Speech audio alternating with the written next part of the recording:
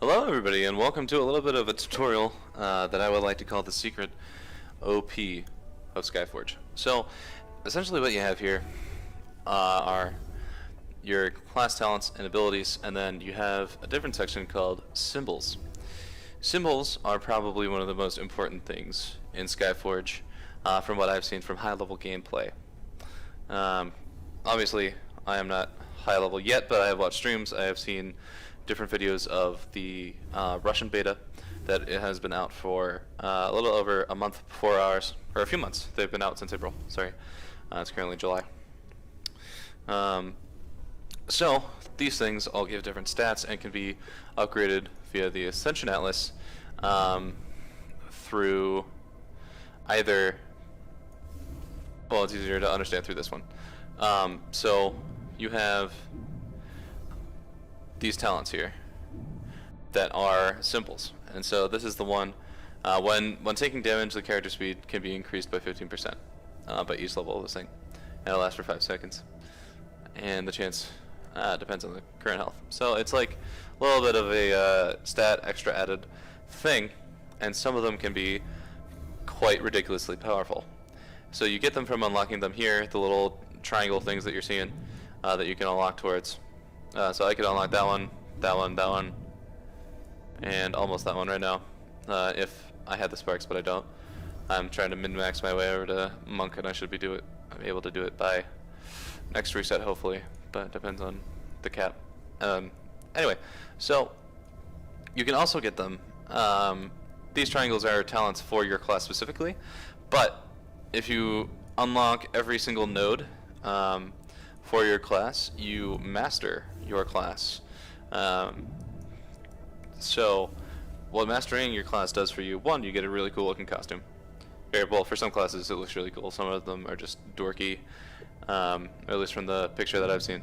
But you also unlock their symbol, and so from, I think, here down to here are the class symbols, and then the rest of these can be unlocked on the upper atlas.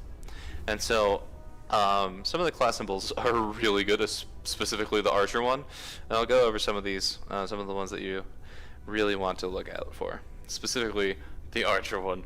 Damage dealt to enemies with more than 50% health is increased by 15%. That is stupid.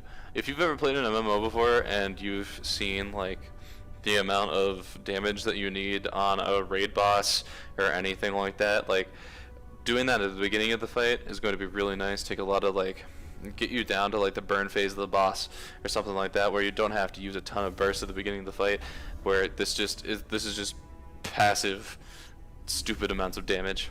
It's really cool.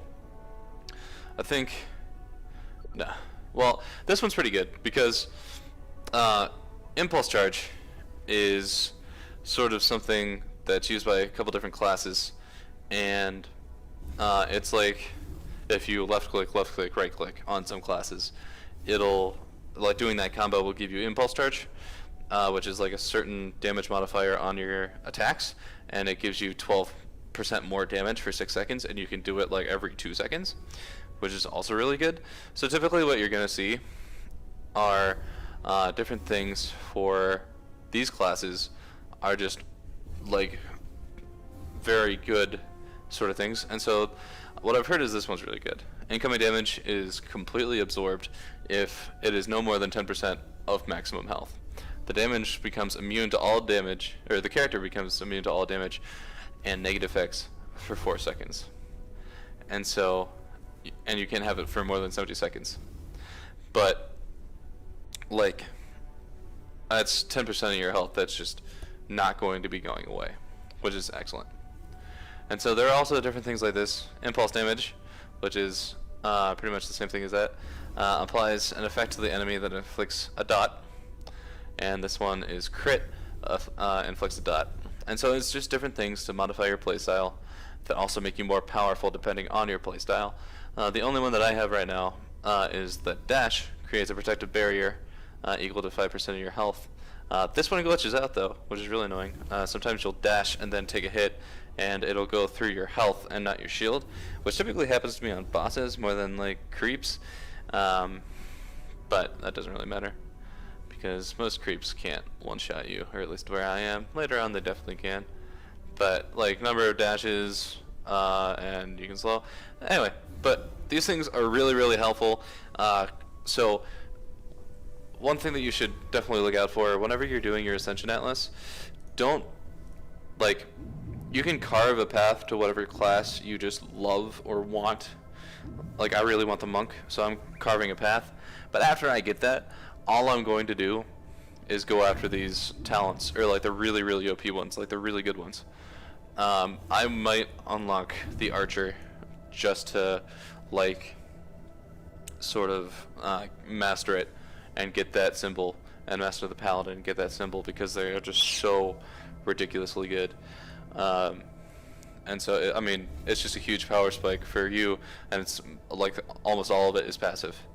So, I mean, there's no use not doing it. And I think it might get to the point where it's like, oh, we're going to go do this raid, you have the archer thing, right? Like, no. Oh, well then you're useless to me, because you're not going to do as much damage as the next guy, who might be like 100 or like 1,000 prestige lower than you, but he does have that thing, so he does 15% more damage than you on the beginning of the fight. So I think this is definitely going to be something that you're going to need to pay attention to in the future, and definitely something you should start working towards now. So hope that helps you guys out. If you have any questions, leave them in the comment section. Make sure to subscribe, and I'll see you guys later. Thank you.